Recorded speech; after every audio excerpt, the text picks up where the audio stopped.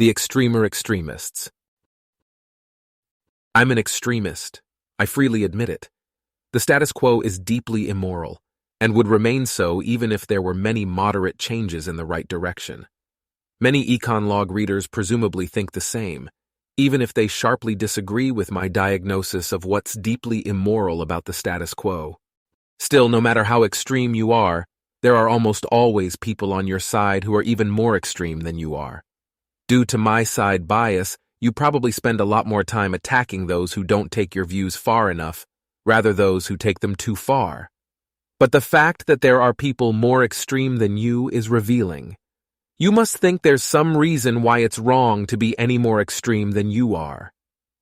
My question: what precisely are those reasons?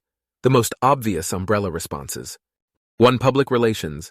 Views more extreme than your own are counterproductive because they alienate the moderates you need to convince to get better results. 2. Transition costs.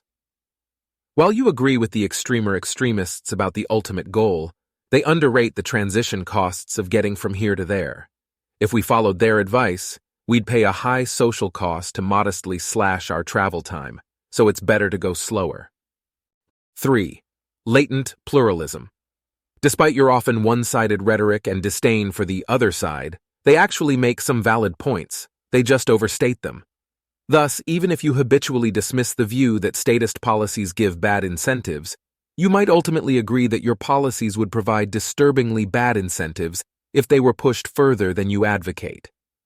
Picture a socialist who opposes a 100% marginal tax rate. Similarly, even if you habitually dismiss the view that laissez-faire is bad for the poor, you might ultimately agree that your policies would be disturbingly bad for the poor if they were pushed further than you advocate. Picture a libertarian who opposes the end of free emergency medical care. 4. Papered over fundamental differences.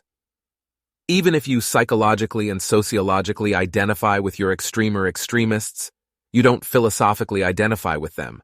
They're just fellow travelers who fail to grasp the principles that really count. Perhaps you're a Marxist Palestinian. Most of the time, you act as if you and Islamist Palestinians want the same thing. But you want to create a Middle Eastern USSR while your Islamist allies want a theocracy. Other umbrella responses? How about your own answer to your own extremer extremists? May 29th, 2012.